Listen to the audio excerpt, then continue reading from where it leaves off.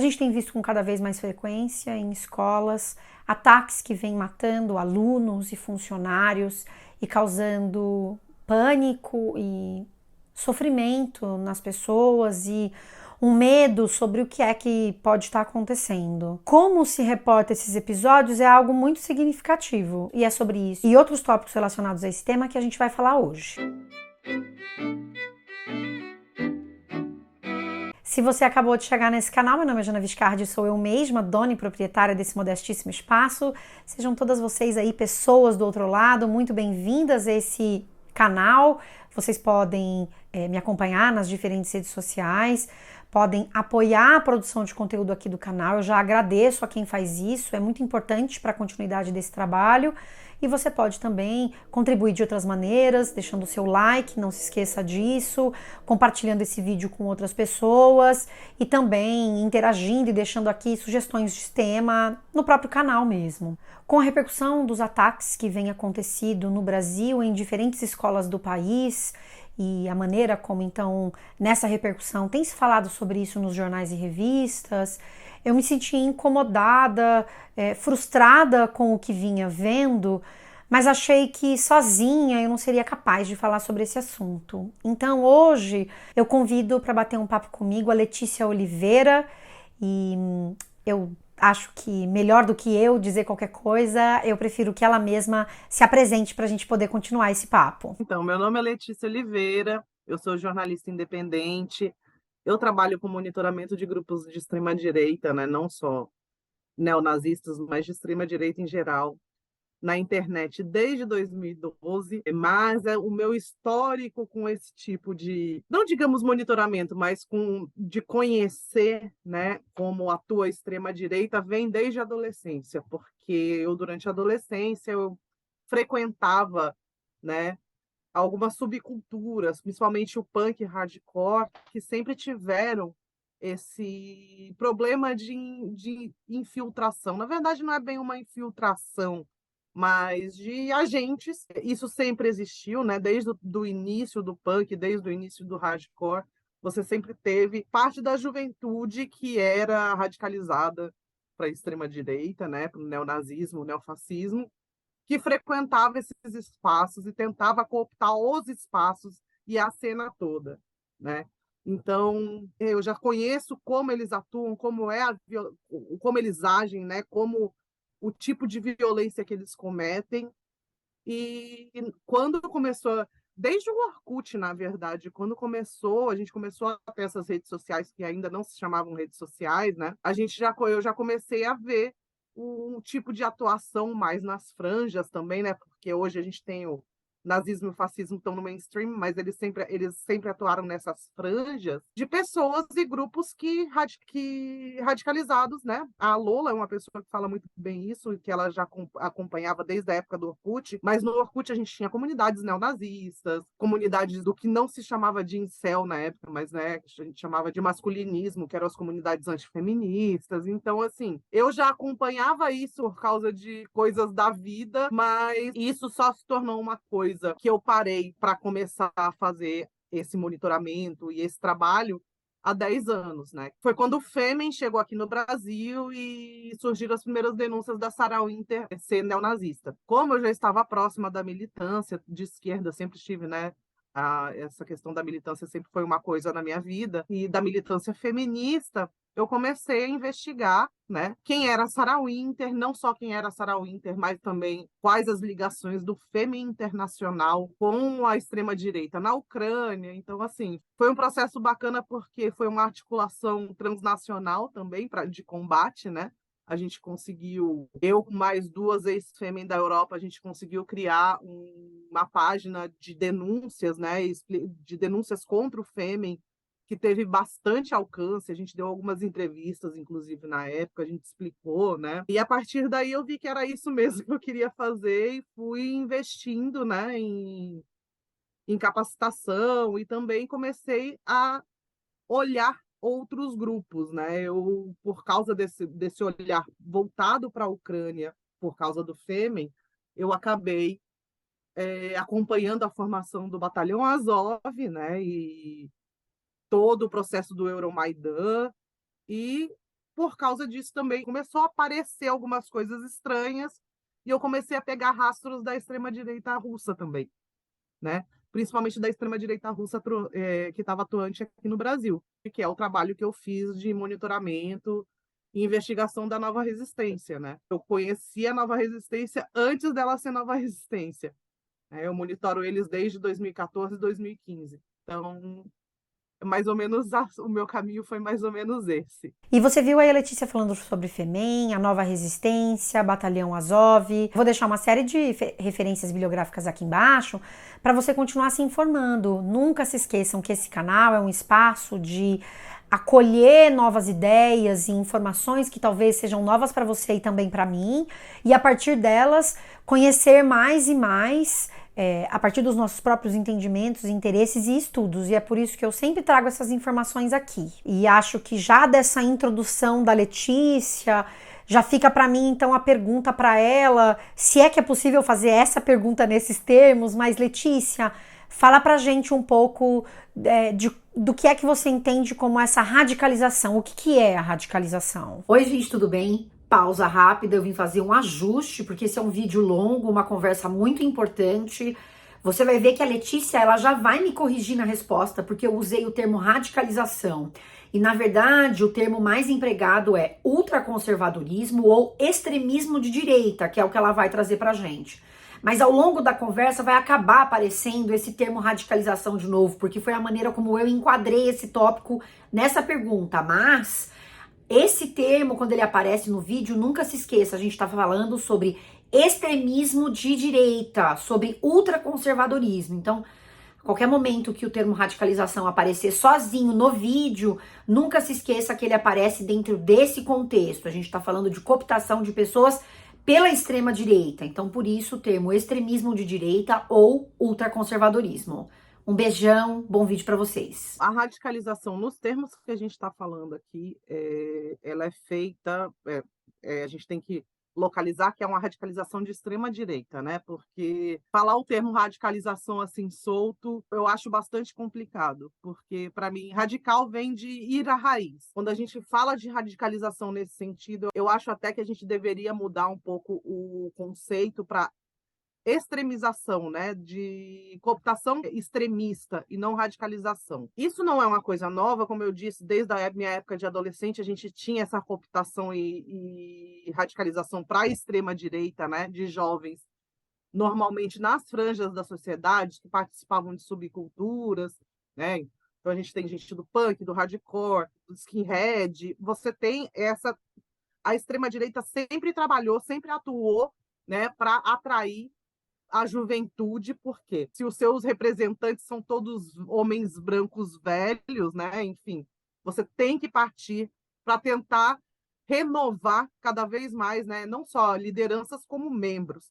Então, você tem, eu acho que uma coisa que é interessante falar sobre a cultura skinhead, que começou, a cultura skinhead é uma cultura de jovens brancos proletariados da Inglaterra, que frequentavam shows de ska, isso no final da década de 60, então, que foi quando surgiu o movimento Chutone, que era um movimento antirracista, ou seja, eles escutavam música jamaicana, tá? Eles eram jovens brancos que se reuniam com parte da comunidade jamaicana, né, na Inglaterra, e eles foram cooptados pelo National Front. Inclusive, queria deixar indicado um filme que chama This is England. Eu acho que acha esse filme facilmente, com legenda, e eu recomendo bastante, assim, porque ele mostra bastante a realidade desses jovens que não tinham muita perspectiva de vida durante o governo da Margaret Thatcher, o primeiro governo, com guerra, né, e com toda aquela situação que a gente sabe que a Inglaterra passou no fim dos anos 70, né, e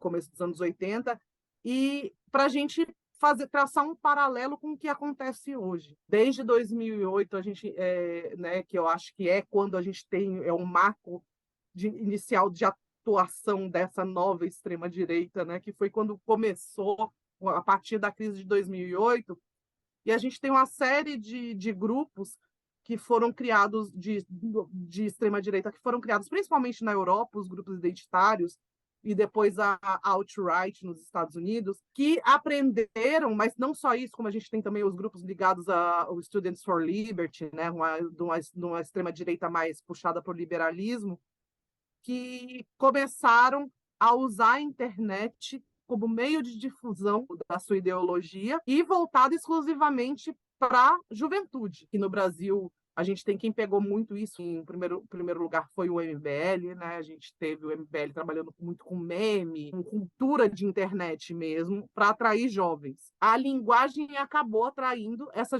parte da juventude. Não só a linguagem, né? Que a gente tem, não é só um problema de linguagem específica, mas também a gente tem uma outra questão, que é o adolescente, ele é o rebelde, é a fase da rebeldia.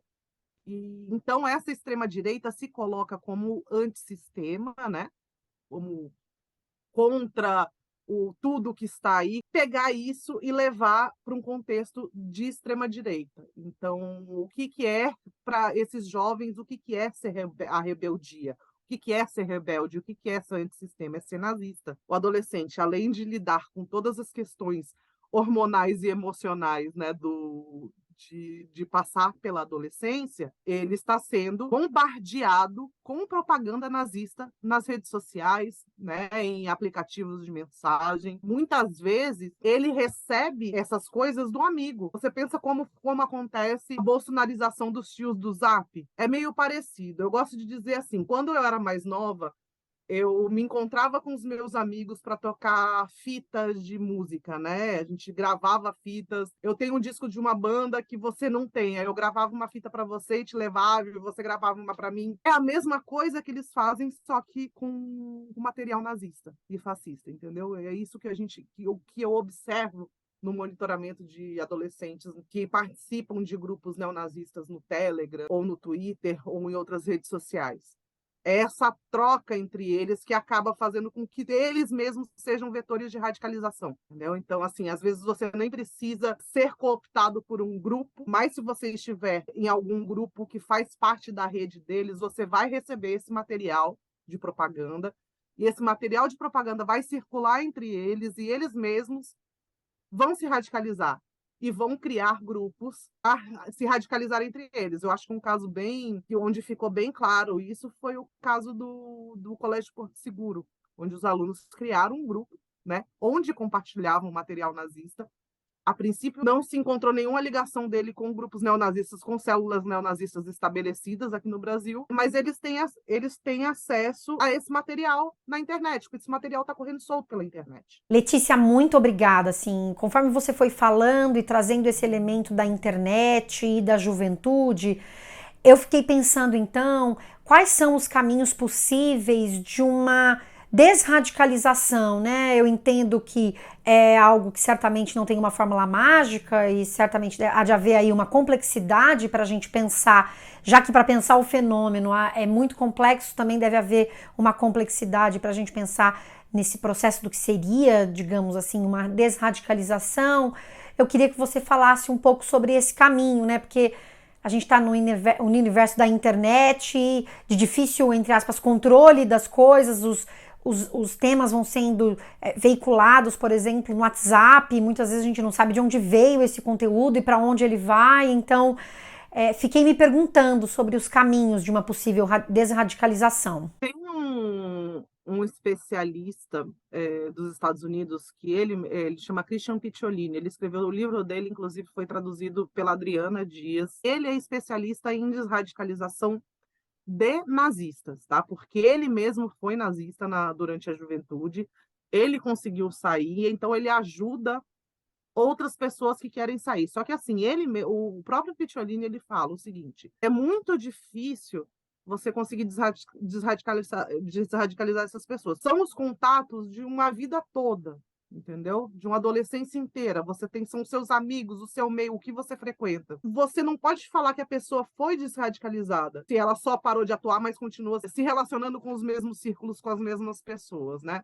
E ele fala muito também que a gente tem que focar em prevenção e não em desradicalização. Eu acho que se a gente for pensar em prevenção, a gente tem que fazer todo um estudo a partir desses outros lugares para ver o que funcionou, o que não funcionou, não focar em terrorismo, que é uma coisa que eu acho que tem que bater muito na tecla. A gente não pode focar só em terrorismo, porque essa radicalização que a gente fala, ela não necessariamente vai levar o jovem a cometer um atentado terrorista, mas ele pode cometer outros crimes. A própria difusão de material, né, nazista, material fascista, de discurso de ódio contra minorias, isso já é crime. O que o Picciolini fala em relação à prevenção não é você vigiar esses jovens, esses adolescentes, é você dar condições para que esses jovens e adolescentes entendam, quando forem alvos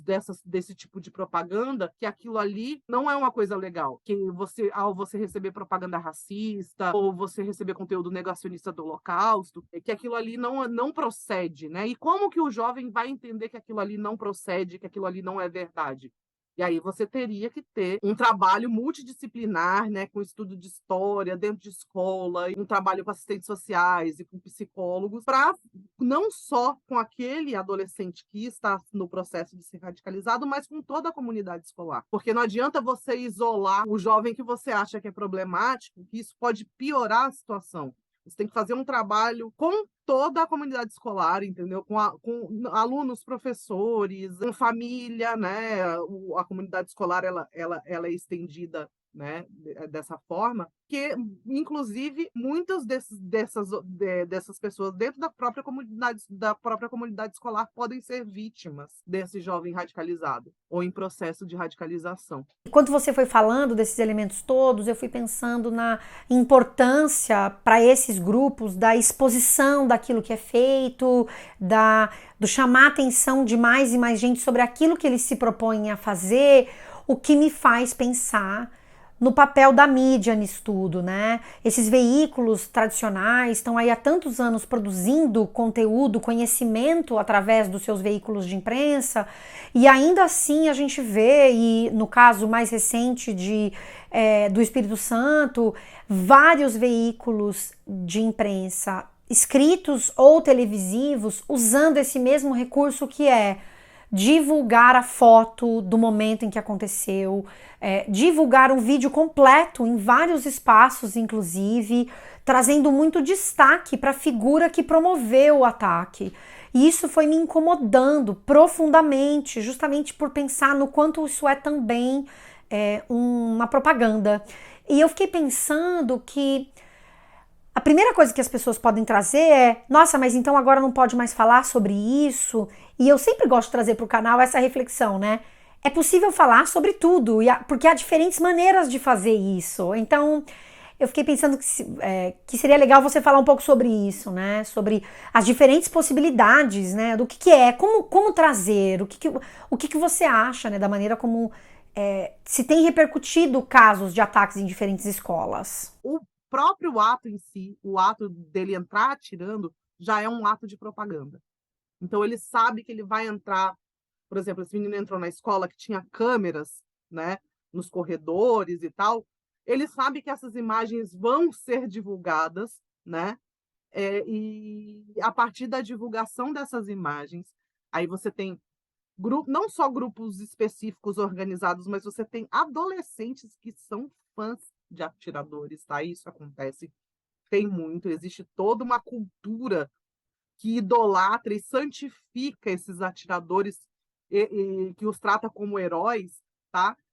Que pegam esses vídeos que são distribuídos pela imprensa, que está passando na TV Globo, que tá no, sei lá, na Folha, e eles usam esse material para criar edits, ou seja, tipo fancam, né? Os vídeos de fã, e continuar compartilhando esse material. A propaganda é uma das formas de radicalizar, inclusive. A gente, por não ter tantos casos aqui, né? Agora, infelizmente, esse ano a gente já teve, eu acho que foram, se eu não me engano, 5 casos só no segundo semestre, né? Onde você teve alguns, por exemplo, um menino de Barreiras, ele produziu um manifesto. Eu acho que isso, pelo menos, a mídia já entendeu que não se deve publicar manifestos de terroristas, né? Ali está o principal também, né? Junto com o atentado, a propaganda, né? O manifesto também é um ato, ele escreve para propagandear a ideologia que ele tá, né, que ele tá querendo que mais pessoas se radicalizem como ele. É por isso que ele escreve esses manifestos. Você não vê imagens de atirador mais no exterior.